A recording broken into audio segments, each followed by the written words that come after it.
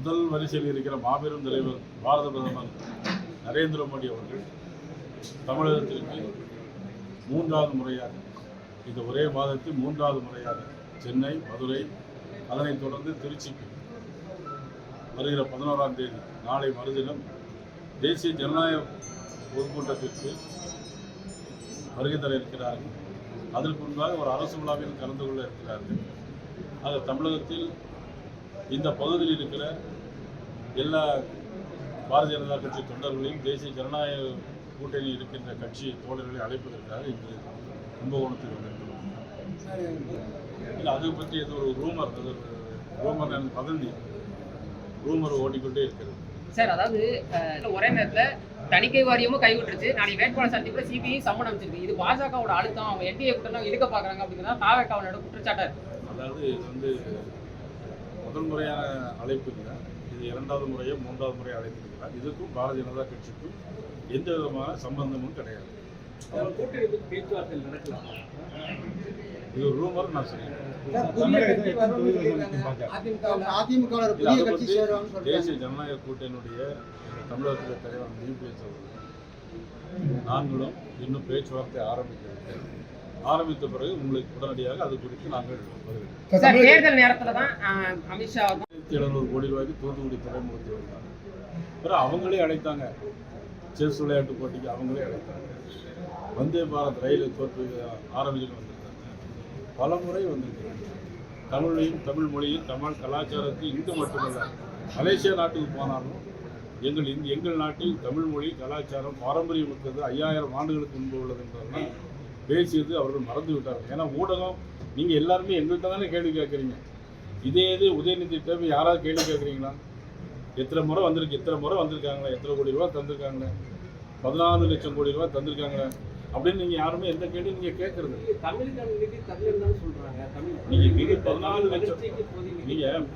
லட்சம் கோடி ரூபாய்க்கு அது இவங்க தமிழுக்காக என்ன செஞ்சுருக்காங்க நீங்கள் கேட்க வேண்டியது.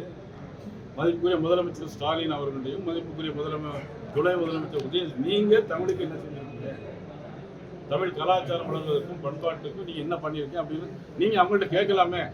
கேள்வி மட்டும்தான் எங்கள் பக்கம் போட்டீங்களே தவிர ஊடகங்கள் எல்லாமே இன்னைக்கு ஒரு குறிப்பிட்ட நிறுவனத்திற்கு கீழே எல்லா ஊடகங்களும் இருக்கிற மாதிரி தான் எங்களுக்கு செய்திகள் வருது. உண்மையா இல்லைன்னு நீங்கள் தான் சொல்லணும். ஏன்னா எங்கள் செய்தியை குறைச்சி போடுறீங்க, அவங்க செய்தியை அதிகமாக போடுறீங்க. தமிழ்நாட்டில் தலைவர்கள் முன்னேற்றி கூட ஒரு லாக்அப் டெத் நடந்திருக்குது மாவட்டத்தில். அதாவது சாத்தாங்குளத்தில் 2 பேர் லாக்அப் டெத் மருந்து இறந்து போச்சு. அதுக்கு தமிழ்நாடு முழுவதும் முதலமைச்சர் சட்டமன்றத்திலே சட்டையை கிடிச்சு ஓடி வந்தாங்க, வெளியில் அப்படி தூக்கிட்டே வந்தாங்க. ஆனால் இன்னைக்கு 34 லாக்அப் டெத் மரணம். 2 வயது சிறுமியை நாமக்கல்ல நேற்று முதலமைச்சர் ஸ்டாலினோட ஆட்சியில் 2 வயது சிறுமி தினசரி பத்திரிகை பிரித்து பார்த்தாங்க. என்னைக்காவது ஒரு நாளாவது கஞ்சா போதை இல்லாத ஒரு நாள் ஊடகங்கள் நீங்கள் சொல்ல முடியுமா? உங்களால் சொல்ல முடியாது. ஆனால் நீ ஏதோ கட்டுப்பாட்டுக்குள்ள இருக்கீங்க, அவ்வளோதான் எங்களுக்கு தெரியுது. எந்த செய்தியும் லேசாக போடுறீங்க, அது கூட வரதில்லை. ஆனால் ஒரு சின்ன செய்தி நம்ம சொல்லியாச்சுன்னா அதை டாயிங் அடிச்சுட்டு சாயங்காலம் அடிக்கிறாங்க. இதுதான் நாட்டு நிலைமை. அதாவது தேர்தல் வர இருக்கிறது, கஞ்சா, போதைப் பொருட்கள், சிந்தட்டிக், சொத்து வரிய கூட்டம் மாட்டேன்னு சொன்னாங்களே, 300% உங்கள் வீட்டுக்கு கூட்டியிருக்காங்க. ஊடகங்கள் உங்கள் வீட்டுக்கு கூட்டியிருக்காங்க. மீடியா நண்பர்கள் மின் கட்டணம் கூட்டியிருக்காங்க. மின் கட்டணத்தை 2 மாதத்துக்கு வரைக்கும் வசூல் பண்ணுறதை 1 மாதத்துக்கு கொண்டு சொன்னாங்க. செஞ்சாங்களா? இல்லை. சிலிண்டர் 100 ரூபாய்க்கு குறைப்பேன்னு சொன்னாங்க. செஞ்சாங்களா? இல்லை. பெட்ரோலுக்கு 10 ரூபாயும் டீசலுக்கு 5 ரூபாயும் குறைப்போம் சொன்னாங்க. காவேரி குண்டாறு இணைப்பு திட்டம் கொண்டு வரும்னு சொன்னாங்க. செஞ்சாங்களா? இல்லை. 1000 தடுப்பணைகள் கட்டுவோன்னு சொன்னாங்க. ஒரு தடுப்பணை கூட கட்டல. காவிரியில் எந்த தண்ணி போனால் நீ ஆண்டொன்றுக்கு 200 டிஎம்சி தண்ணி கடலில் போய் கலக்கு. யாருடைய ஆட்சி காலத்தில்? முதலமைச்சர் ஸ்டாலின் அவருடைய ஆட்சி காலத்தில். சட்டம் ஒழுங்கு எங்கேயாவது சரியா இருக்குன்னா படுகொலைகள் தினசரி.